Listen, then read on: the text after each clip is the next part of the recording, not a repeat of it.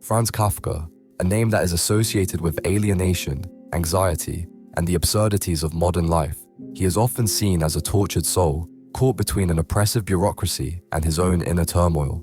While these ideas capture parts of who Kafka was, they do not tell the whole story. Kafka was much more than a melancholic writer.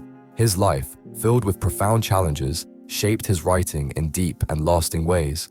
Kafka is now regarded as one of the most important writers of the 20th century. Kafka's writings explore the depths of existential dread and the rift between the individual and the systems that govern them. Yet his legacy transcends despair. To understand the depth of Kafka's existential insights, it's important to look at the early experiences that shaped his worldview. Franz Kafka was raised in a middle-class family where he spent most of his life. He was Jewish by ethnicity, and German was his mother tongue. Kafka's life was a constant battle against personal demons, with his strained relationship with his father serving as one of the most defining struggles of his existence. Constantly feeling like an outsider, he inhabited a world that seemed starkly disconnected from his own inner chaos. By day, Kafka worked a boring office job. By night, he would escape into writing stories that were often dark and mysterious.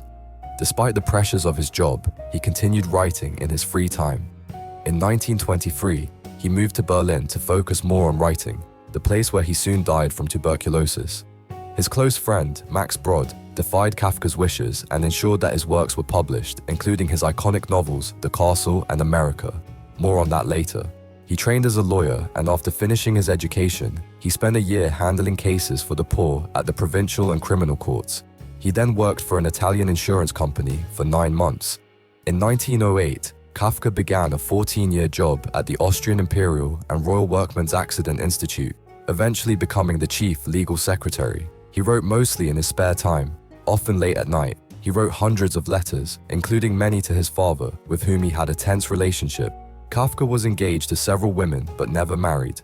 Though Kafka was a prolific writer, his self-doubt led him to burn about 90% of his work. Most of what remained was either lost or unpublished. While his professional life was marked by a sense of duty and routine, his personal life, especially his relationship with his family, shaped much of the emotional turmoil that extended throughout his writing. Franz Kafka was born into a German-speaking Jewish family in Prague, which was part of the Austro-Hungarian Empire. His father, Hermann, came from a family of ritual slaughterers in Osek, a village in southern Bohemia. Hermann moved to Prague, where he initially worked as a traveling salesman before becoming a successful fashion retailer. He employed a jackdaw as his business logo, a bird whose name would later serve as the inspiration for Kafka's own surname. Kafka's mother, Julie, came from a wealthy merchant family in Podebrady and was better educated than her husband. While Hermann's background was rooted in a practical, working-class environment, Julie's family had more cultural and intellectual influence, which likely contributed to the differing roles they played within the family. The Kafka family spoke German, but Yiddish, the language of many Jewish communities in Eastern Europe, heavily influenced their speech. Like his siblings, he was raised speaking Standard German, the language of education and culture. He was the eldest of 6 children. 2 of his brothers, Georg and Heinrich, died in early childhood before Franz was 7. He had 3 sisters, Gabriele, Valerie, and Otla. Tragically, all 3 sisters were victims of the Holocaust. The Kafka family lived in a cramped apartment, often with a servant girl to assist in the household. Kafka's room was small and often cold, conditions that contributed to the sense of isolation that permeated his childhood. In November 1913, the family moved to a larger apartment, where the family lived in more comfort, but the underlying emotional tension remained. During the early years of World War I, Kafka's sisters, Gabriele and Valerie, moved back into the family home with their children after losing contact with their husbands, who were serving in the military. Kafka, now 31, found solace in the quiet of a new apartment. He moved into Valerie's former residence, a much quieter place where he lived alone for the first time. This period marked a significant change in Kafka's life, allowing him to reflect more deeply and focus on his writing. Kafka's childhood was challenging due to his father's overbearing personality and frequent anger issues. Kafka's relationship with his father, Hermann, was strained and deeply influential in shaping his personality and later works. Herman was described by Kafka scholar Stanley Korngold as a huge, selfish, and overbearing businessman, a description Kafka himself seems to have echoed in his writings. Franz described his father as powerful and domineering, with a loud voice, a forceful personality, and a tendency to belittle those around him. Kafka, who was sensitive and introverted, always felt overshadowed by Herman's loud and commanding presence. His father's authoritarian nature deeply affected Kafka. This deafening relationship is most poignantly captured in Kafka's letter to his father, and in one letter he states, "Dearest father, you asked me recently why I maintain that I am afraid of you. As usual, I was unable to think of any answer to your question, partly for the very reason that I am afraid of you, and partly because an explanation of the grounds for this fear would mean going into far more details than I could even approximately keep in mind while talking. And if I now try to give you an answer in writing, it will still be very incomplete, because even in writing, this fear and its consequences hamper me in relation to you, and because the magnitude of the subject goes far beyond the scope of my memory and power of reasoning." Kafka's mother, Julie, in contrast, was shy and reserved. Although she was better educated and took a more passive role in the family, she was often absent from her children's lives due to her long hours managing the family business. This absence left Kafka with feelings of neglect and longing for a maternal figure who was rarely there. Although Kafka's family was financially comfortable, thanks to Herman's business, the emotional and psychological environment was far from ideal. The family's wealth came at the cost of personal peace and affection. This complex family dynamic was a key element in the development of Kafka's writing, where themes of isolation, authority, and familial relationships would reappear time and again. Franz Kafka's works are a mix of the strange and the profound, exploring themes of alienation, power, and the search for meaning. During his life, Kafka reluctantly published a few stories, like The Metamorphosis and The Judgment. These tales often follow characters trapped in bizarre, oppressive worlds, like Gregor Samsa, who wakes up as a giant insect, or Joseph K., who is arrested without explanation in the trial. Kafka wanted his unpublished manuscripts destroyed after his death, but his friend ignored his wishes. These works are filled with surreal moments, dark humor, and a sense of hopelessness, but they also capture the universal human struggle to find purpose. Although Kafka was little known in his time, his stories gained global fame after his death. Today, he's celebrated as a voice for the anxieties of the modern world, an artist who turned his personal struggles into symbols of humanity's search for understanding in a chaotic universe.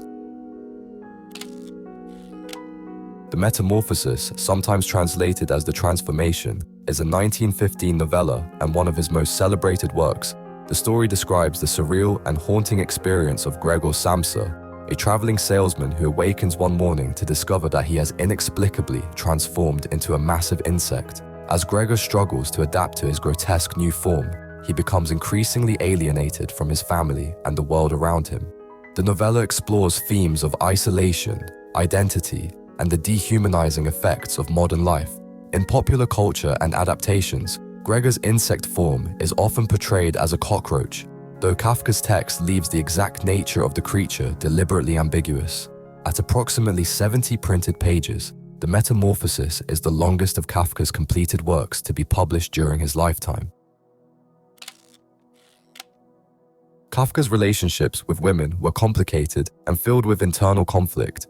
He was often tortured by sexual desire. His close friend and his biographer, Rainer Stach, once described Kafka as struggling with a deep fear of sexual failure.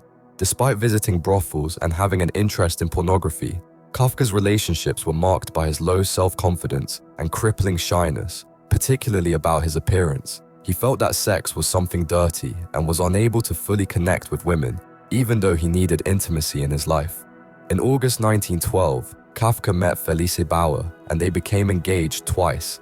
Kafka's first impression of her was cool and distant, as he described her as having a bony, empty face and not being particularly attractive. His initial indifference to her is clear in his diary entry, where he expressed little curiosity about her, but then developed a strong opinion about her appearance. Despite this, Kafka and Felice communicated mostly through letters, and their relationship continued for 5 years. In his diary, Kafka expressed how his job in law and his writing conflicted with his desire for marriage, stating that his only true calling was literature.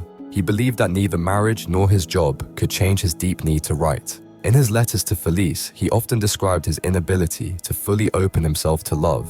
He once wrote, "Love is not a thing, it is a process. It is not something one receives, but something one grows into." Kafka's third engagement was with Julie Warizek, a poor and uneducated hotel chambermaid, around 1920. His father objected to Julie, mainly due to her Zionist beliefs. Kafka and Julie rented a flat and set a wedding date, but the marriage never took place. During this time, Kafka began drafting his letter to his father, reflecting his ongoing struggles with his family. Before the wedding date arrived, Kafka had started a relationship with yet another woman, further deepening his emotional distance from the prospect of marriage. Around this time, Kafka also had an affair with Margaret Greta Bloch, a friend of Felice's. According to Brod, Greta gave birth to Kafka's son, though Kafka never knew about the child. However, biographer Peter Andre Alt argues that Kafka was not the father, as there is no evidence they were ever intimate. This claim remains controversial, with conflicting evidence on the matter. In 1917, Kafka was diagnosed with tuberculosis, and he moved to a rural village where his sister Otla worked. This period marked a brief moment of peace for Kafka, as he had no responsibilities and was able to focus on writing. It was perhaps the best time of his life, and he recorded his thoughts in his diaries, later publishing them as the Zurau Aphorisms. In 1920, Kafka began a passionate relationship with Milena Jasenska, a Czech journalist who was married but whose marriage was falling apart. Kafka's letters to Milena were later published as Letters to Milena. He also met Dora Diamant in 1923 during a vacation in Graal Müritz on the Baltic Sea. Dora was a 25-year-old kindergarten teacher from an Orthodox Jewish family, and Kafka briefly lived with her in Berlin, hoping to escape the influence of his family and concentrate on his writing. Dora sparked his interest in the Talmud, and Kafka worked on several stories, including A Hunger Artist, which were published shortly after his death. His relationships with women were often marked by his own emotional withdrawal and inability to commit fully to the people he cared about. In one of his letters, he wrote, "If we value our lives, let us abandon it all. I am forever fettered to myself. That's what I am, and that's what I must try to live with." Kafka's health continued to decline due to laryngeal tuberculosis. In March 1924, he returned to Prague from Berlin, where his family, especially his sister Otla, cared for him. Kafka went to a sanatorium in Kierling, near Vienna, for treatment on April 10, 1924. Unfortunately, his condition only worsened, and he died there on June 3, 1924. The cause of death was likely starvation, as the pain in his throat made it impossible for him to eat, and there was no method to feed him intravenously at the time. Even on his deathbed, Kafka continued to work on his story, A Hunger Artist, which he had started before his throat became too swollen to eat. His body was brought back to Prague, where he was buried on June 11, 1924, at the New Jewish Cemetery in Prague-Žižkov. During his lifetime, Kafka was largely unknown, as he didn't seek fame. It was only after his death, especially in the wake of World War II, that his work gained widespread recognition. His tombstone, designed by architect Leopold Ehrman, bears not only his name but the names of his family, a silent testament to a legacy that transcended the confines of his brief and tormented life.